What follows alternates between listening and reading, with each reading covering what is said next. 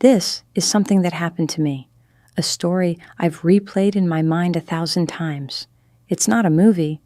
It's the wreckage of a life I thought was mine.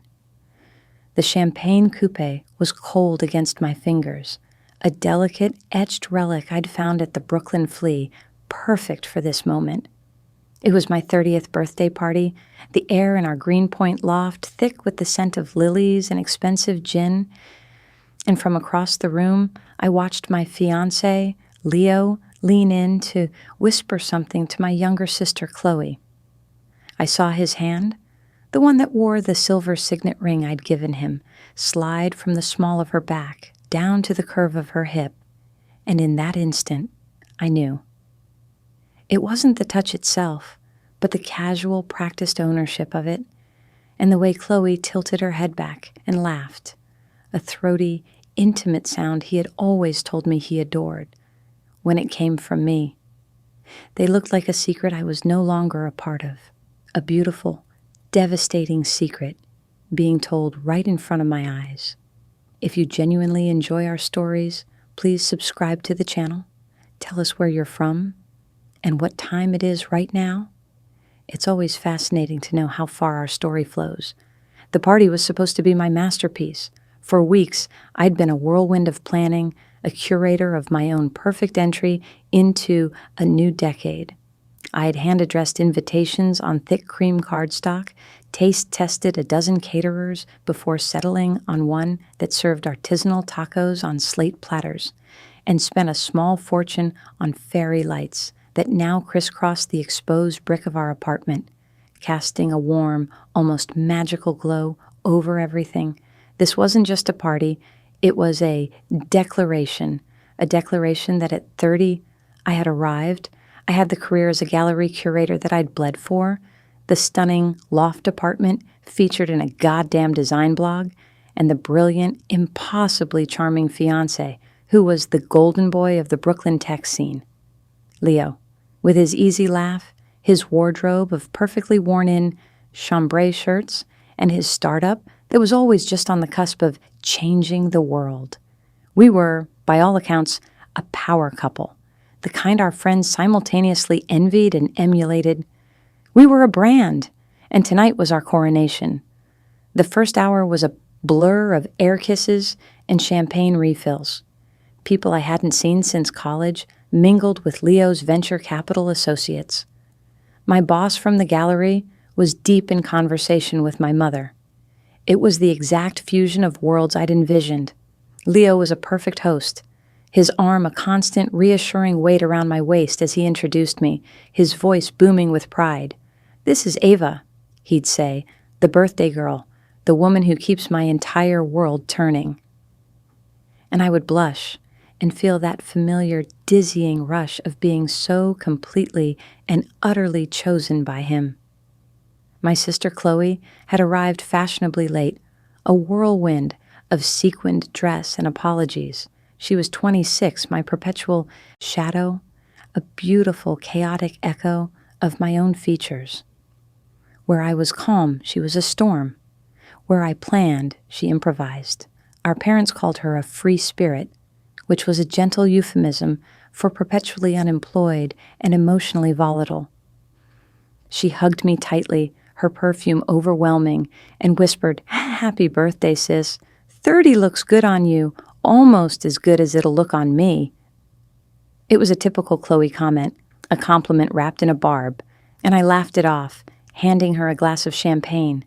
The night wore on, the music grew louder, and the carefully curated atmosphere gave way to a looser, more genuine joy. I felt untethered in the best way, floating through conversations, my cheeks aching from smiling. But a strange, disquieting hum had started beneath the surface of my happiness. It began when I saw them by the bar, just Leo and Chloe, heads bent close together. I told myself it was nothing. He was being a good host, a good future brother-in-law. Chloe could be needy, and Leo was always good at making people feel seen. But then, 10 minutes later, I saw them again, this time by the massive arched window overlooking the Manhattan skyline. He was laughing, that full-bodied, uninhibited laugh that had first made me fall for him. And she was touching his arm, her fingers tracing a line up his forearm. An alarm bell, faint but clear, rang in the back of my mind. I pushed it down. This was my paranoia, my old insecurities flaring up. I was 30 now. I was supposed to be past this. I grabbed another taco, refilled my glass, and threw myself into a conversation about the art market, using the jargon of my profession as a shield. But my eyes kept finding them. Every time I looked, they were a magnetic pair, orbiting each other in a universe that seemed to have shrunk to just the two of them. The rest of us, me included, were just background stars. The moment with the champagne coupe was the one that broke the spell. It was after the cake, after the off-key singing of Happy Birthday. I was standing near our bookshelf, talking to a friend when I looked over, and I saw it. The possessive touch, the intimate laugh, the shared glance that lasted a fraction of a second too long but contained a novel's worth of betrayal. It was a look of shared history, of inside jokes I wasn't privy to, of a future I wasn't included in. My friend was still talking, but her voice had turned into a dull roar, like the sound of the ocean from inside a seashell. My blood went cold. The delicate, etched glass in my hand suddenly felt heavy, like a stone. Every I love you from Leo, every you're the best sister ever from Chloe, replayed in my mind, but now they were warped, their meanings twisted into something monstrous.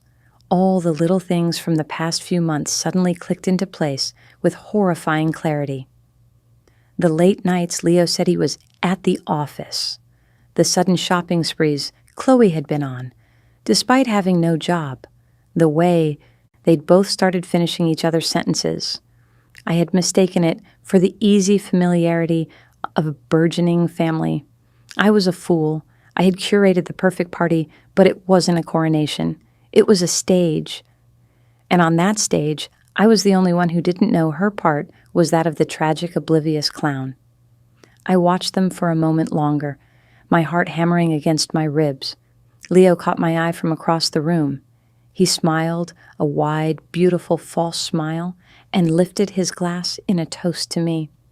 I saw Chloe's gaze flicker towards me, a tiny, almost imperceptible smirk playing on her lips before she turned back to him. They thought I couldn't see them. Or worse, they didn't care if I did. The floor seemed to tilt beneath my feet. I needed to get out, to breathe air that wasn't contaminated with their lies. I set the champagne coupe down on a stack of art books with a hand that was surprisingly steady, the clink of glass on paper a small, sharp sound in the noisy room. I turned and walked toward our bedroom, my movements stiff and robotic. I could feel their eyes on my back, but I didn't turn around. I closed the door behind me, and the muffled sound of my own birthday party, of their laughter, became the soundtrack to the moment my life fell apart. The room was dark, except for the glow of the city outside. I sank onto the edge of our bed, the bed we had picked out together, and stared at my hands. On my left ring finger, the diamond, a family heirloom, my grandmother's ring, seemed to mock me, its brilliance a cold, hard lie. The hum of betrayal was no longer a hum. It was a screaming siren in my head, and I knew, with a certainty that chilled me to the bone, that nothing would ever be the same again. My perfectly curated life was a fiction, and I had just read the final devastating chapter. The silence in our bedroom was a physical thing, pressing in on me, a stark contrast to the thumping bass and drunken laughter seeping through the door. I sat there for what felt like an eternity, tracing the seams on the duvet cover, trying to breathe. Every beat of my heart was a painful reminder. I knew. The party was still in full swing. Leo would eventually notice my prolonged absence. He would come looking for me, his brow furrowed with that performance of concern he was so good at. He would find me here, in the dark, and ask what was wrong, And what would I say?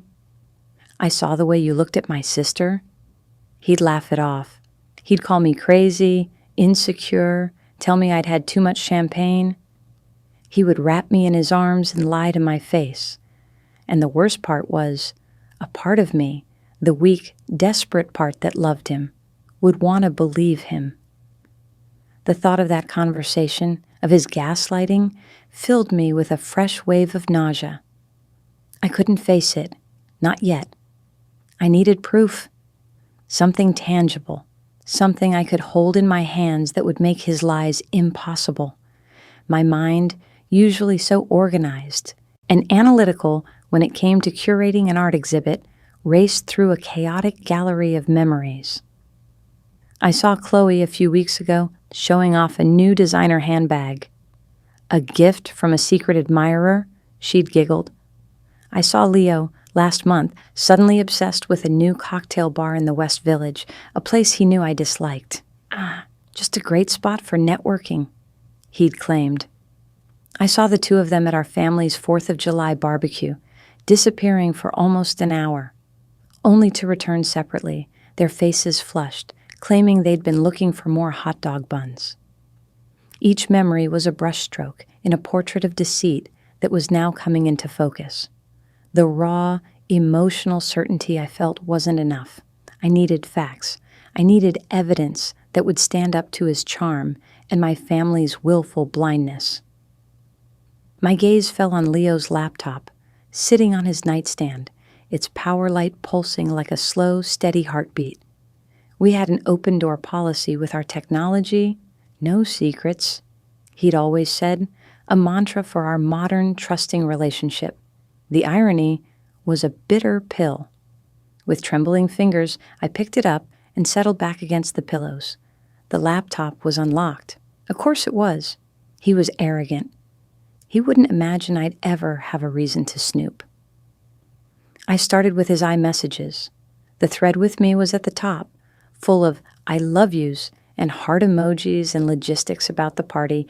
It looked sickeningly perfect. Then I scrolled down to Chloe. Their chat history was all friendly, annoyingly so. Lots of memes, jokes about our parents, plans to meet up for coffee to catch up. It all seemed so plausible. My heart sank. Was I wrong? Was I having some kind of 30-year-old crisis, projecting my own fears onto them? Then I saw it. The tone changed about 3 months back. There were gaps. Entire days of messages were missing. Leo was tech-savvy. He knew how to delete conversations on his laptop and his phone. But he had a fatal flaw. His ego was tied to his digital footprint. He was a meticulous archiver of everything else. He never cleared his trash.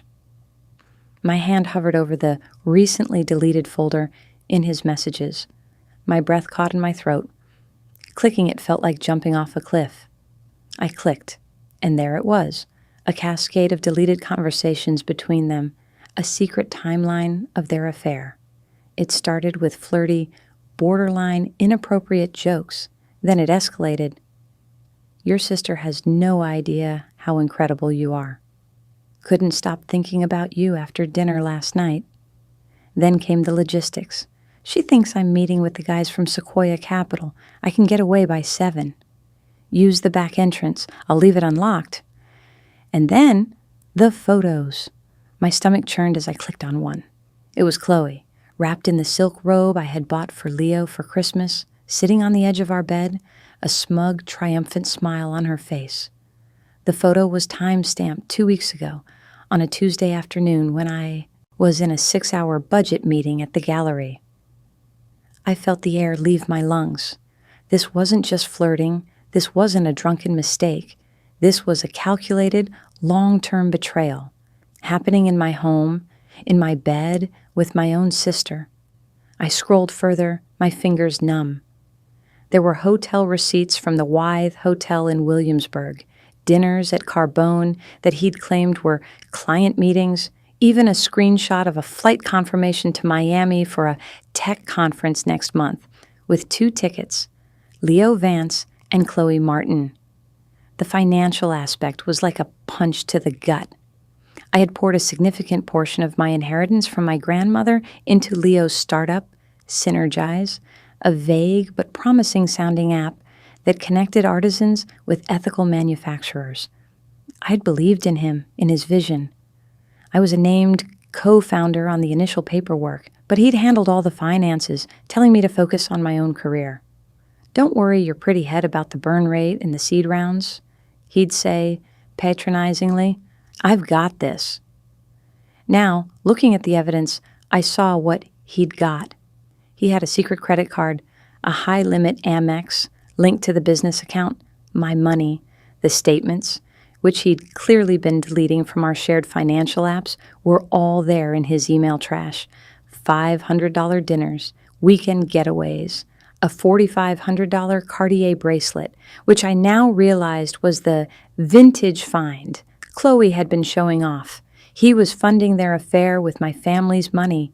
He was using my grandmother's legacy to buy trinkets for her other granddaughter while he betrayed me. The rage that filled me was pure and white-hot. It burned away the shock and the grief, leaving something hard and sharp in their place. This wasn't just about a broken heart anymore. This was about theft.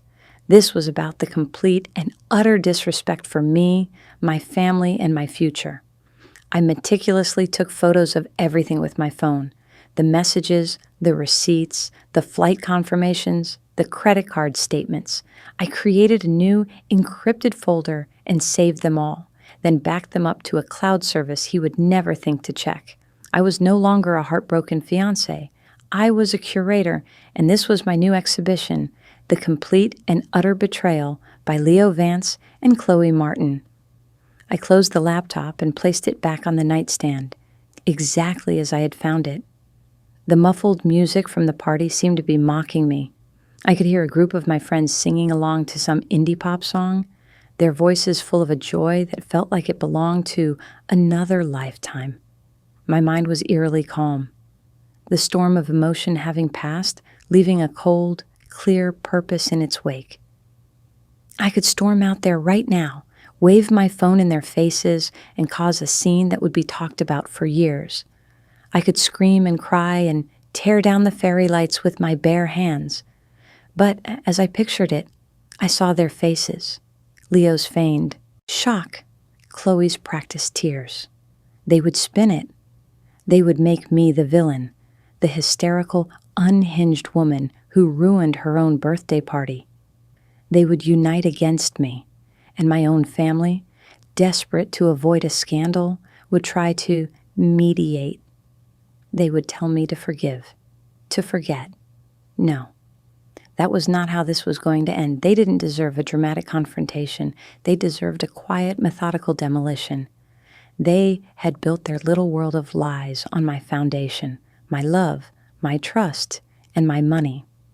I was going to pull that foundation out from under them, and I was going to do it so quietly they wouldn't even hear it crack until the whole thing came crashing down. I stood up and walked to the mirror. The woman looking back at me was pale, her eyes wide and dark, but there was a flicker of something new in them. It was a resolve I hadn't seen before. I smoothed down my dress, took a deep, steadying breath, and prepared to walk back into my own party. I had to play my part just for a little while longer. I would be the gracious host, the happy fiancé, the loving sister. I would smile and laugh and thank everyone for coming. And all the while, I would be gathering my strength, sharpening my resolve, and planning the exact moment I would set their world on fire. My performance had to be flawless, because the final act of this tragedy was not going to be my tears. It was going to be their ruin. Walking back into that party was the hardest thing I've ever done. The moment I opened the bedroom door, the wall of noise hit me again, but this time it felt different, hollow and distant, like I was underwater. Every smiling face, every clinking glass, every burst of laughter was part of a grotesque pantomime. I pasted a serene smile on my face, a mask of composure that felt brittle, as if it might shatter at the slightest touch. I spotted Leo immediately. He was holding court by the bar, regaling a circle of his tech bro friends with some grand story, his hands gesturing wildly.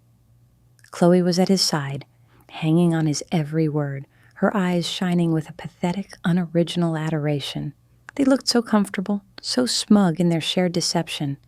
A fresh wave of fury washed over me, but I forced it down, burying it deep where it could curdle into fuel.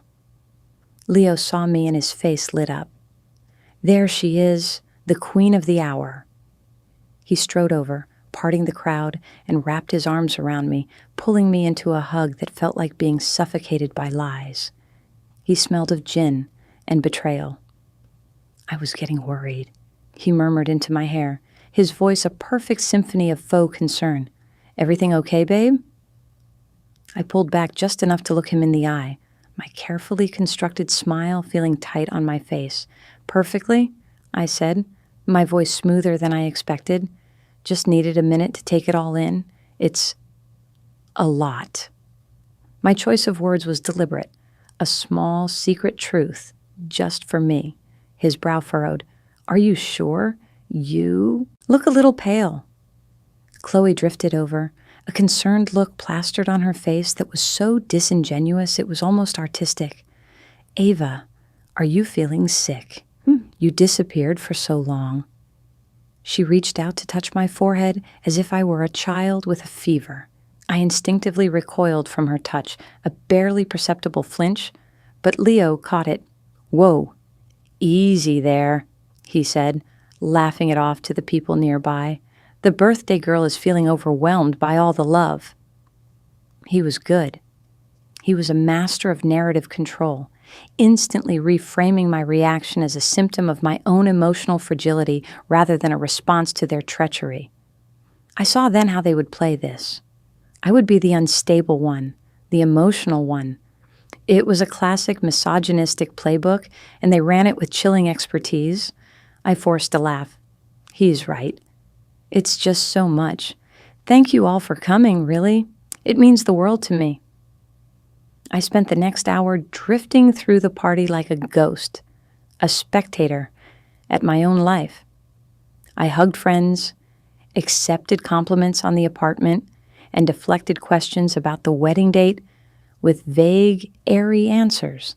With every interaction, I was gathering data, observing the ecosystem of our lives that I was about to destroy. I watched which of my friends were also her friends, who laughed loudest at his jokes, who was most invested in the beautiful lie of Ava and Leo.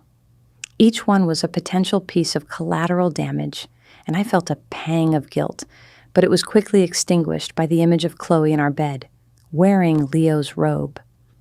The party finally wound down around 2 a.m.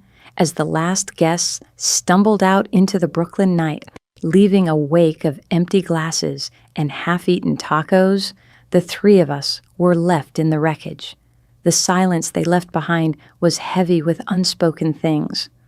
"I'll help clean up," Chloe offered, her voice syrupy sweet.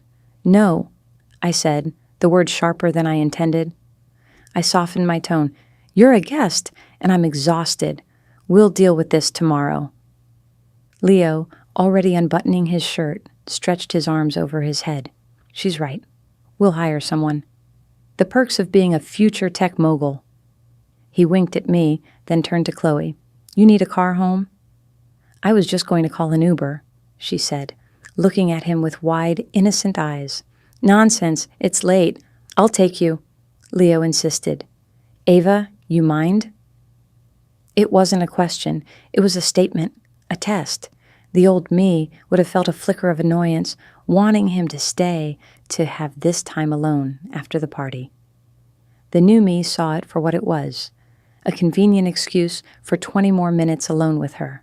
"Of course not," I said, my voice a placid lake. "Be safe." I watched them leave together, their shoulders brushing in the hallway. The door clicked shut, and I was finally, blessedly, alone. I didn't cry. I didn't scream. I walked methodically through the apartment, gathering empty glasses. my mind a whirlwind of cold, hard calculations. They thought I was weak. They thought I was a fragile, emotional artist type who curated beautiful things, but understood nothing of the real world of power and money. They had underestimated me. And that was going to be their undoing. The next morning, Leo was a caricature of the doting fiancé, bringing me coffee in bed and apologizing for having been so swamped at the party. I played my part, thanking him, telling him it was the best birthday I'd ever had. The lies slid off my tongue with a newfound ease. While he was in the shower, I made my first move. I logged into our joint savings account. It was a substantial sum, a mix of my inheritance and our combined savings, earmarked for a down payment on a house in the suburbs once we were married. I'd always been the better saver, the financially responsible one. My contributions dwarfed his. With a few clicks, I initiated a transfer of 75% of the balance, a meticulously calculated amount that represented my initial investment, plus a conservative estimate of interest, into a new, separate account I had opened online minutes earlier under my name only. The transaction was flagged for review, but it would clear in 24 to 48 hours. The first domino had been pushed. For the next week, I lived a double life. By day, I was Ava, the happy fiancé, talking about wedding venues and flower arrangements. I went to brunch with Leo and our friends, smiling through their stories, my mind a million miles away, planning my exit strategy. But at night, after he fell asleep, I became a forensic accountant of my own life. I combed through every financial document, every piece of paperwork for his company that I had access to. I found the original investment agreement I'd signed, the one a lawyer friend had advised me against, calling it unusually vague on founder equity.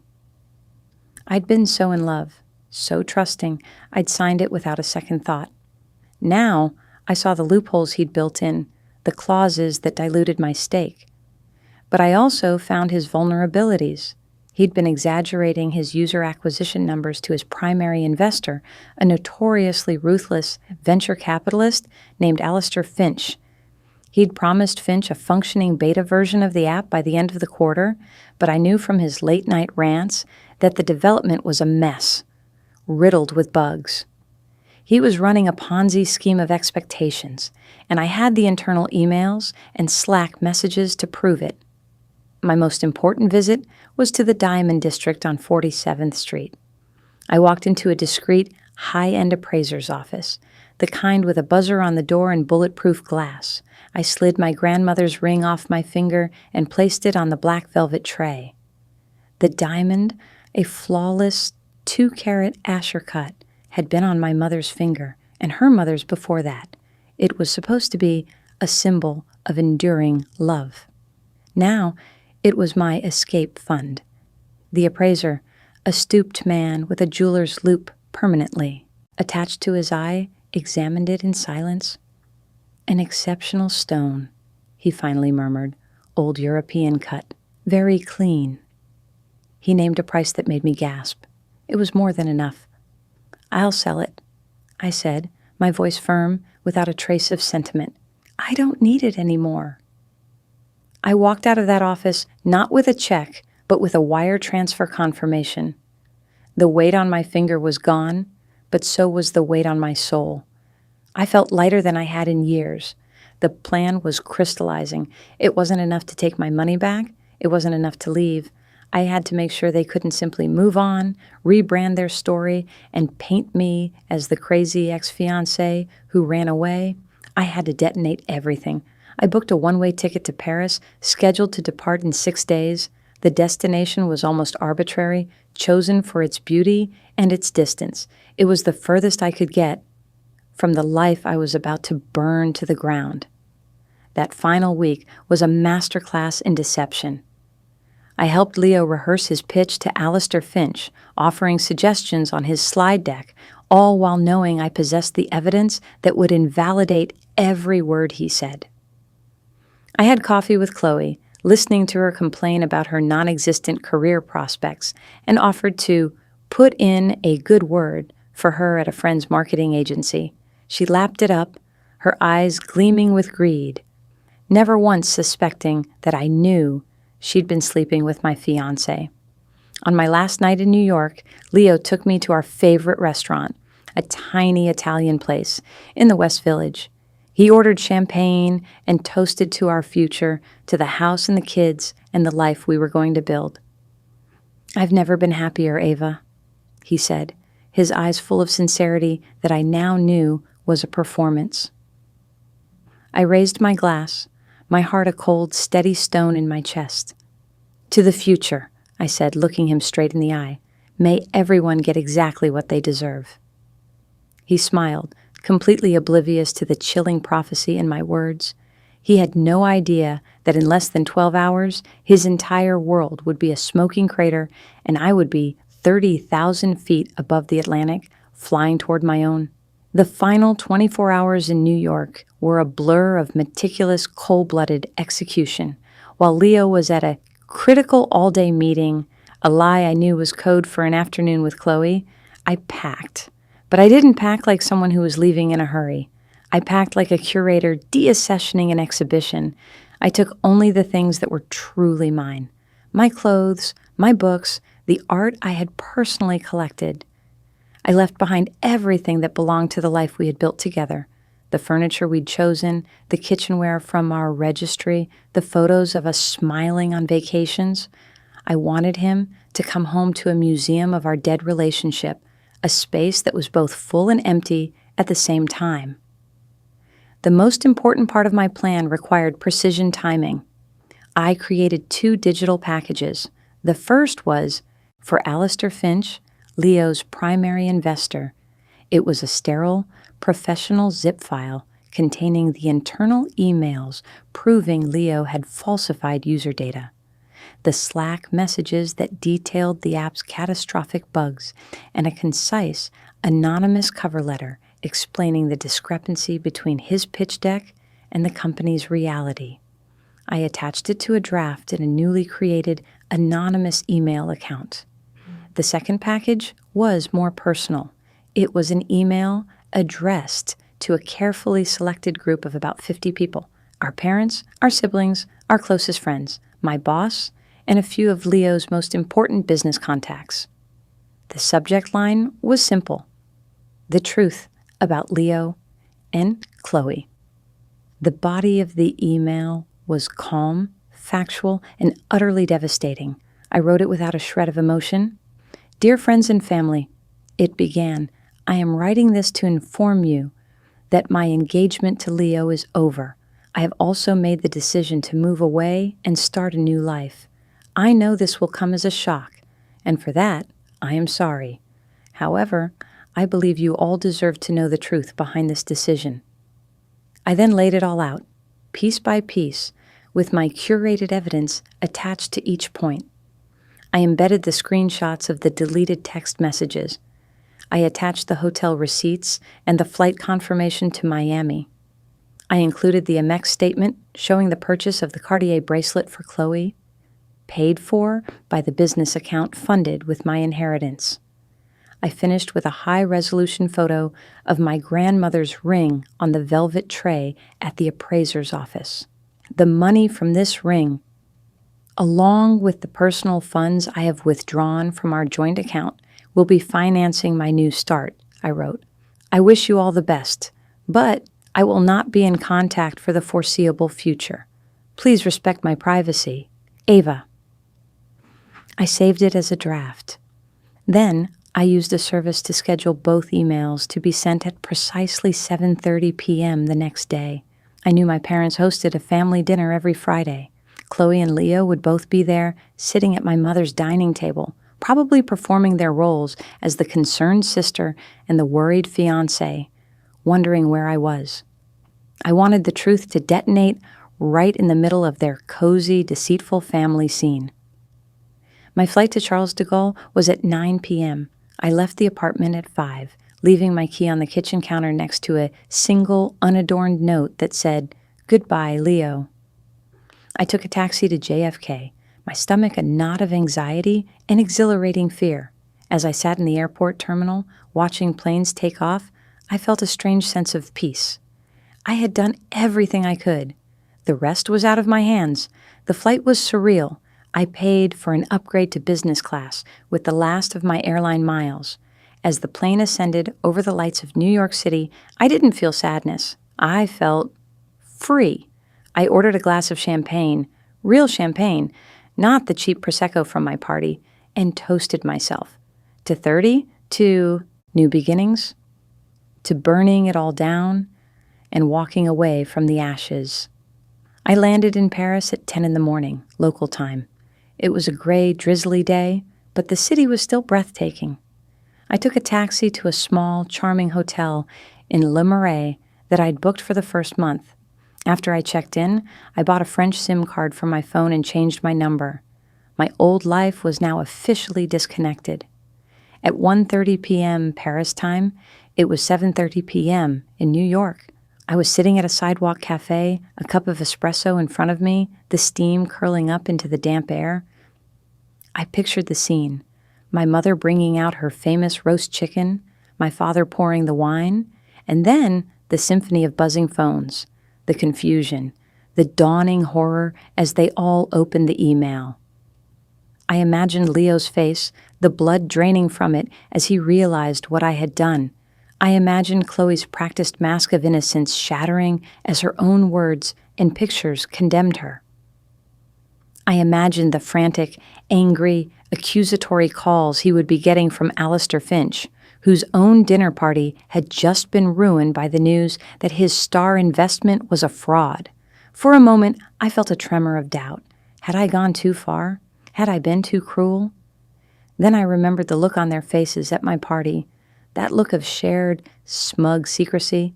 I remembered the photo of Chloe in my bed, and the doubt vanished, replaced by a cold, hard certainty that they had earned every bit of what was happening to them.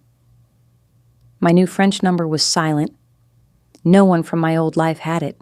The silence was the sound of my victory. A few days later, morbid curiosity got the better of me. I used a VPN and a public computer at a library to look up Leo's company, Synergize. The tech blogs were already buzzing. Synergize founder accused of fraud, top VC pulls funding. The article detailed the anonymous tip that had exposed Leo's falsified data. His photo was everywhere, his charming smile now looking like the smirk of a con man. The company had collapsed overnight. He was ruined, publicly and financially. I never searched for Chloe. I didn't need to. I could guess the fallout, the family schism, the social ostracization. She had hitched her wagon to a falling star and had been dragged down with him. The satisfaction I felt was not explosive or joyful. It was a quiet, deep, and profound sense of justice. It was the feeling of massive weight being lifted from my chest, a weight I hadn't even realized I'd been carrying for so long. They had tried to make my world small, to trap me in their web of lies and gaslighting. They thought that by taking my love and my money, they could take my power. But my power wasn't in my relationship or my bank account.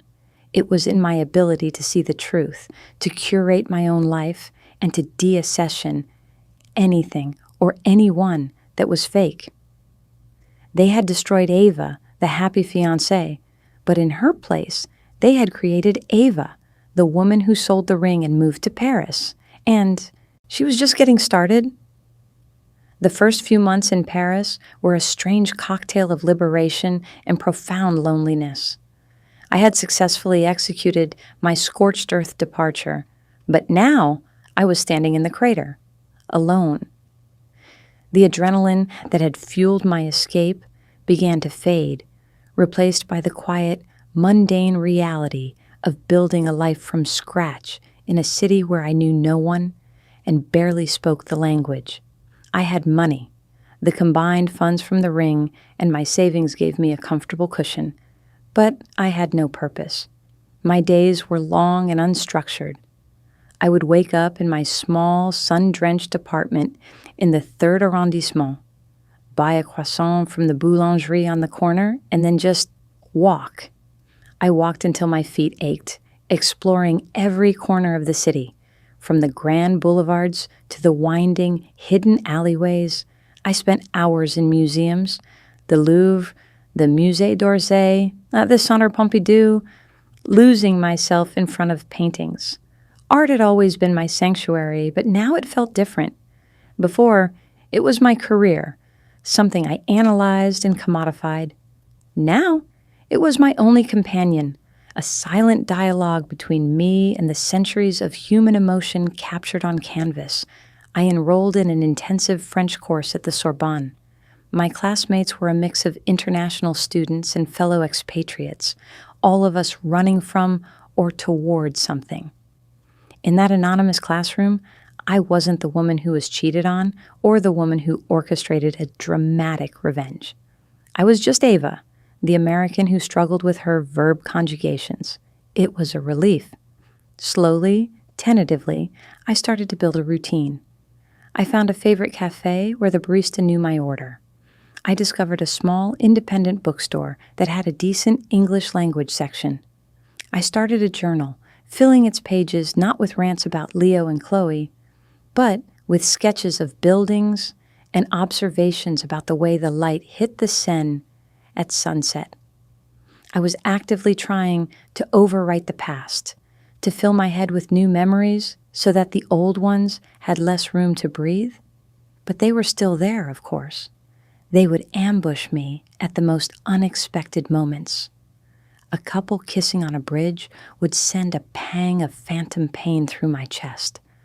The sight of a particular shade of blue, the color of Leo's eyes, would make my stomach clench, and sisters walking arm in arm would fill me with a grief so sharp and sudden it would steal my breath. The betrayal by Chloe in many ways had cut deeper than the one by Leo. He was a man I had loved for 5 years. She was the sister I had loved for 26. We had shared a childhood, a history etched in scraped knees and whispered secrets. He had broken my heart, but she had broken my trust in the very concept of family. One evening, about 4 months after I'd arrived, I broke my own rule.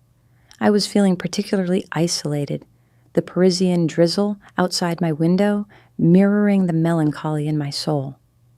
I used my laptop to navigate to my mother's Facebook page.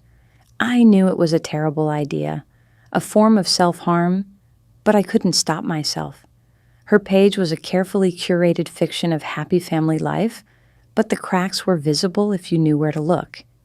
There were no new photos of me, of course. My existence had been scrubbed, but there were also no photos of Chloe and Leo. There was a recent birthday post for Chloe. It was a solo picture of her, looking thin and wan, with a strained smile. The comments from family friends were polite, but noticeably sparse. "Hope you had a lovely day, dear," one read.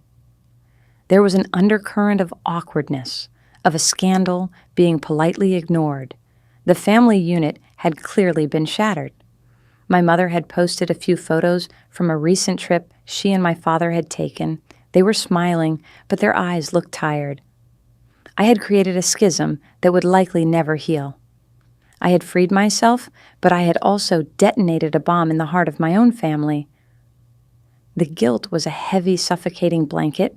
I slammed the laptop shut, my hands shaking. Staring at their digital ghosts did me no good. It was like picking at a wound, refusing to let it scar over. I vowed then and there to stop looking back. My old life was a closed exhibition. It was time to focus on the new one I was trying to build. The turning point came in the form of a small, dusty art gallery, tucked away on a side street near the Place des Vosges. I stumbled upon it during one of my walks. The sign on the door read, Galerie du Bois, and the window displayed a single striking painting by an artist I'd never heard of. It was a chaotic, abstract piece, but it drew me in. I pushed open the door and was greeted by the smell of turpentine and old paper. The owner, a woman in her late 60s, named Madame Dubois, with sharp, intelligent eyes and a cloud of white hair, looked up from her desk.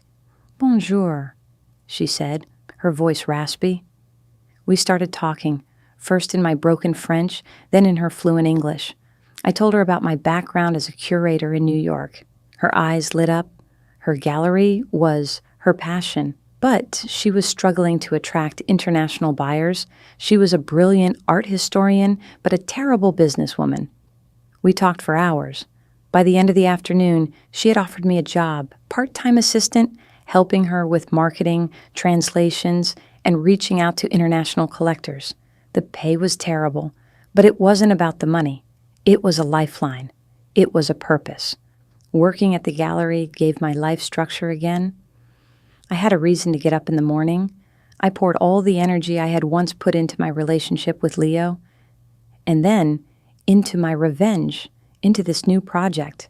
I redesigned the gallery's website.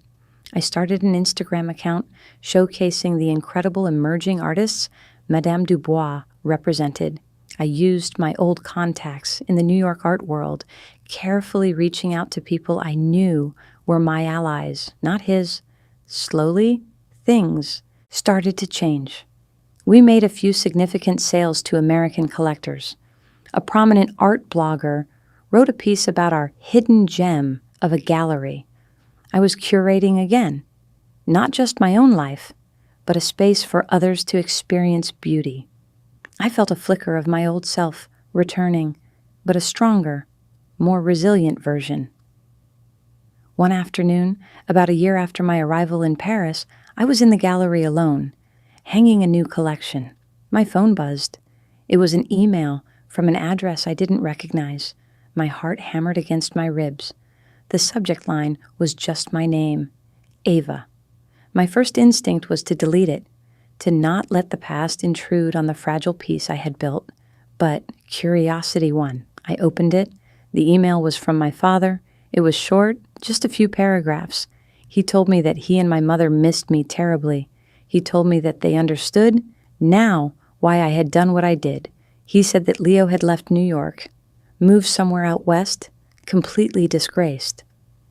And then he wrote the line that made me sit down on a packing crate in the middle of the gallery floor. "Chloe is in therapy," he wrote.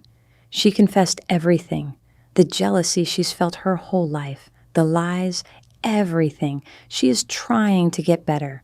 She asks about you. I don't know what to tell her.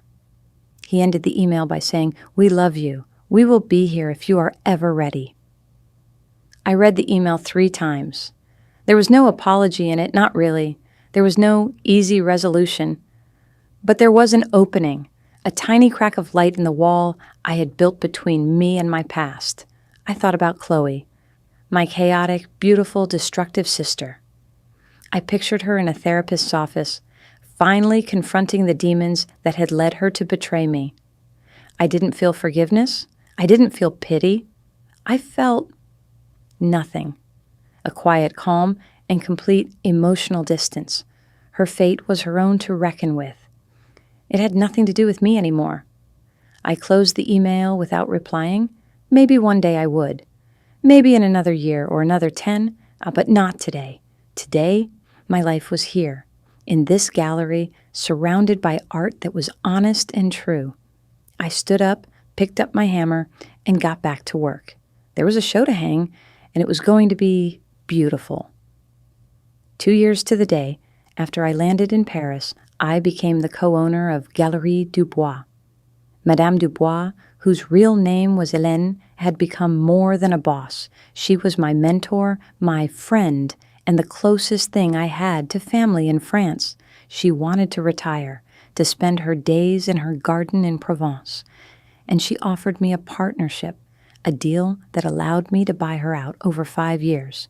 We signed the papers in her lawyer's stuffy office near the Palais de Justice and celebrated with a bottle of champagne, a crisp, expensive vintage that tasted of success, at a bistro overlooking the Pont Neuf. "To our gallery," Hélène said, raising her glass, her sharp eyes twinkling. "No," I corrected her, smiling, "to my gallery." She laughed, a throaty, genuine sound, and clinked her glass against mine. It was a world away from the disastrous 30th birthday party. This celebration was quiet, meaningful, and entirely mine. The gallery thrived. I had a knack for discovering new talent, and my New York sensibilities, combined with a Hélène's classic Parisian taste, created something unique and exciting. We became known for our bold contemporary exhibitions. My name, Ava Martin, started to carry weight in the European art scene. I was no longer just a woman who had run away. I was a woman who had arrived. I had built a life for myself that was richer and more authentic than the one I'd lost. I had a circle of close friends, artists, writers, and fellow expats. I had a beautiful apartment near the Canal Saint-Martin, filled with art I loved and books I'd read.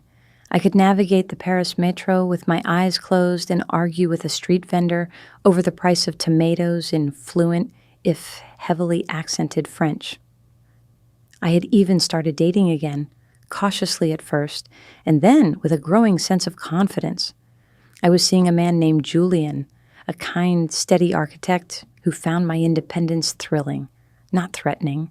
He knew my backstory, the edited version at least, and he never once made me feel like I was damaged goods. He just saw me as Ava. But despite all this, a small, dark corner of my past remained unexplored. I hadn't spoken to my family since that single email from my father.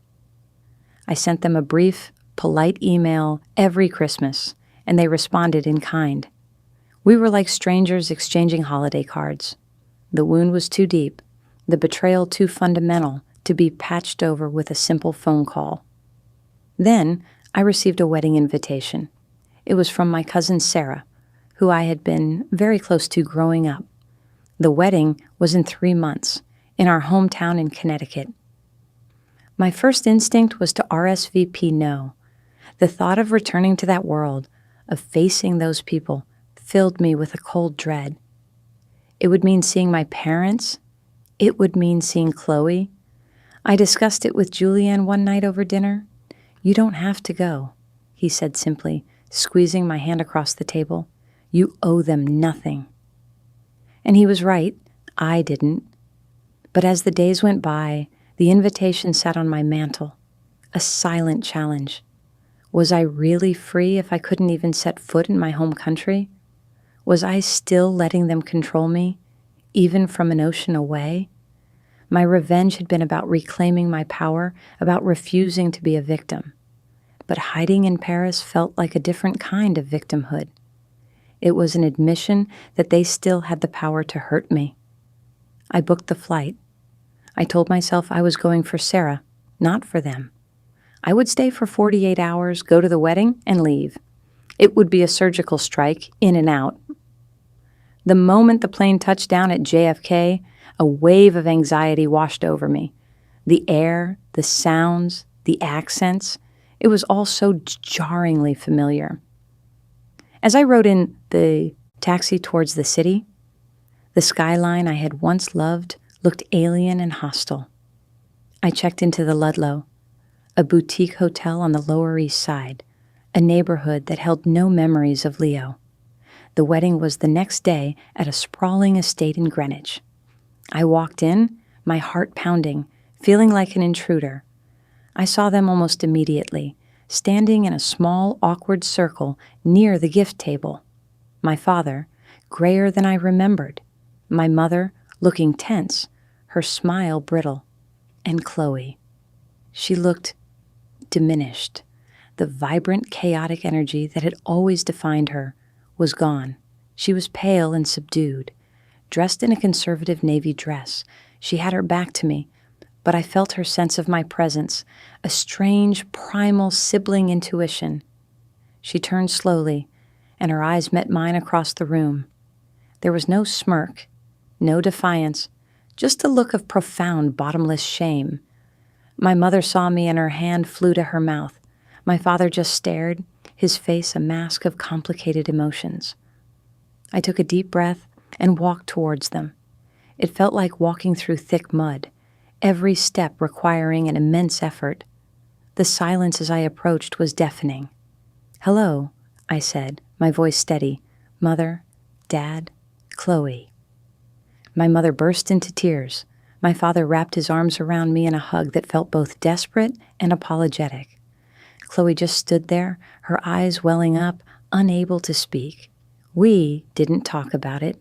Not there, not in the middle of my cousin's wedding reception. We made stilted small talk. They asked about Paris, about the gallery. I answered in short, polite sentences.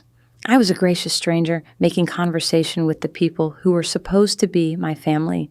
The tension was unbearable. During the dinner, I was seated at a different table. I watched them from afar. I saw Chloe barely touch her food. I saw my mother dabbing her eyes with a napkin. I saw my father staring into space. This was the fallout. This was the wreckage I had left behind. It wasn't triumphant. It was just sad. After the cake was cut, Chloe approached me while I was standing alone on the terrace. "Can we talk?" she asked, her voice barely a whisper. I nodded, my stomach in knots. We walked in silence to a quiet corner of the garden, away from the music and the laughter. "I don't expect you to forgive me," she began, her voice trembling. "I know what I did was unforgivable. I was just so jealous of you, of everything you had, everything you were. I wanted to be you, and when I couldn't, I think a part of me just wanted to destroy you." She finally looked at me, her face streaked with tears. "He was a monster, Ava, but I was one too, and I am so, so sorry." I listened to her, my expression unreadable. I searched within myself for a spark of empathy, for a flicker of the sisterly bond we once had. I found nothing. The space where that love used to be was now a smooth, hard scar. "Thank you for the apology, Chloe," I said, my voice cool and even. "I'm glad. You're getting help." I turned to walk away. "That's it?" she cried, her voice cracking. "After all this time, that's all you have to say?" I stopped and looked back at her, the fairy lights from the reception casting long shadows on the lawn. "I didn't come back for you, Chloe," I said, the words as clear and sharp as glass. "I didn't come back for them. I came back for me, to prove to myself that you have no power over me anymore. My life is in Paris. My future is there. You are all a part of a past I have no interest in revisiting." I left her standing there in the garden and didn't look back. I found my cousin, congratulated her, and slipped out of the wedding without saying goodbye to anyone else. The next morning, I was on a plane back to Paris. As I watched the American coastline disappear beneath the clouds, I didn't feel sadness or anger. I didn't even feel the quiet satisfaction of a battle won. I had returned to the scene of the crime and found only ghosts. They were trapped in the past, in the wreckage of what had happened, while I had moved on. My revenge was never about the money or the public humiliation. It was about building a life so full and beautiful that they simply became irrelevant, and I had succeeded. My plane landed in Paris, my city. I walked out of the airport and into the familiar embrace of the life I had built with my own two hands. I was home. The past was a foreign country, and I had no plans to renew my visa. Life in Paris settled into a beautiful, predictable rhythm. The gallery was my anchor, a place of constant creation and discovery. My relationship with Julian deepened, evolving from the excitement of new romance into the comfortable, steady warmth of a true partnership. He was my quiet champion, celebrating my successes and providing a safe harbor during my rare moments of doubt. We moved in together, into a larger apartment with high ceilings and a tiny balcony that overlooked a leafy courtyard. We filled it with art from the gallery, books we both loved, and the easy laughter of two people who genuinely enjoyed each other's company. I thought of my family less and less. The trip to Connecticut had been a strange, painful coda to that chapter of my life, but it had also been a necessary one. It had cauterized the wound, confirming that the person I was before the betrayal no longer existed. She was a ghost, and I was not haunted by her. I was entirely present in my new reality. One crisp autumn afternoon, nearly 5 years after I had fled New York, I was working late at the gallery, preparing for a major solo show for a promising young painter.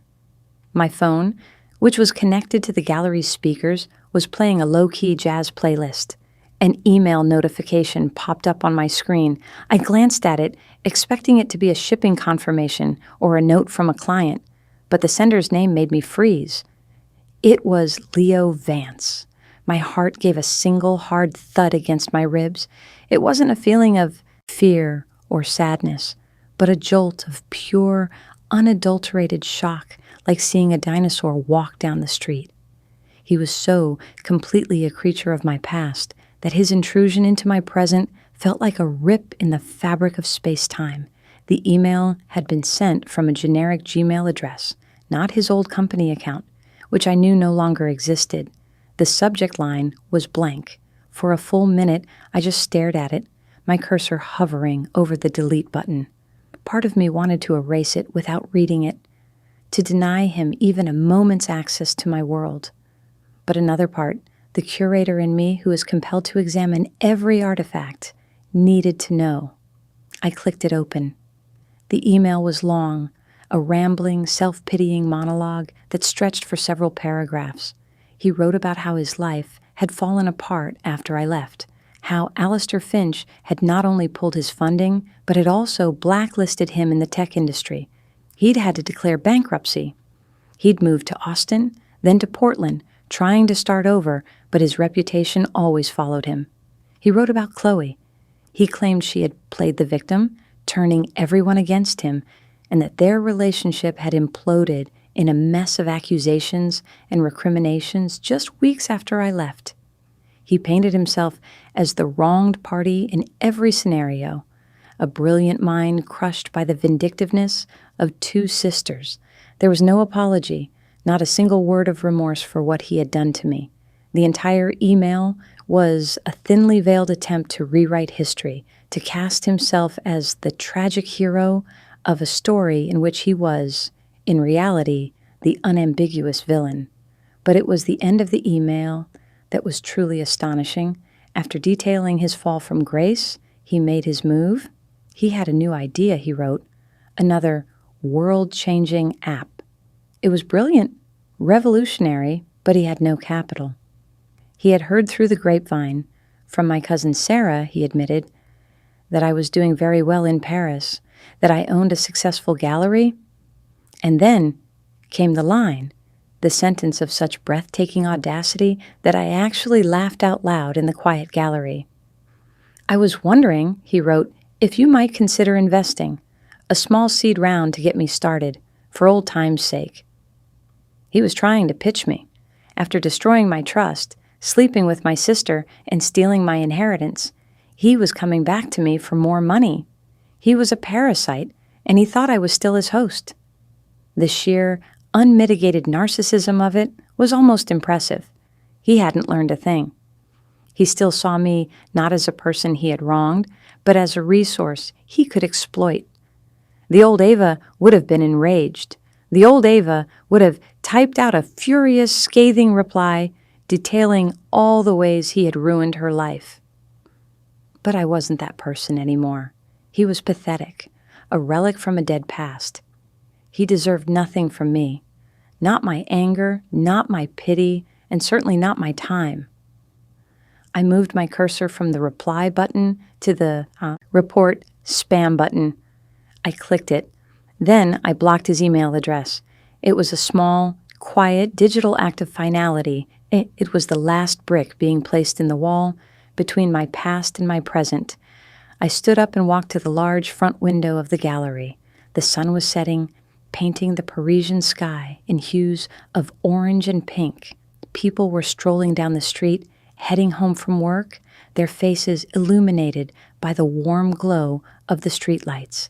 My life was here, in this beautiful, vibrant city. It was a life I had built not on revenge, but on resilience. Julian walked in a few minutes later, holding 2 paper cups of hot chocolate. He smiled when he saw me. "Thought you might need this," he said, handing me a cup. Long day? I took a sip, the warmth spreading through me. You have no idea, I said, leaning my head against his shoulder as we looked out at the city together. He didn't ask for details, and I didn't offer any. He knew that my past was mine, and he trusted me to handle it. The ghosts were gone. The debts had been paid. The story was over. My revenge wasn't a single fiery act of destruction. It was the quiet, deliberate, and joyful act of living well. On my own terms, an ocean away from the wreckage. I never thought of him again. The end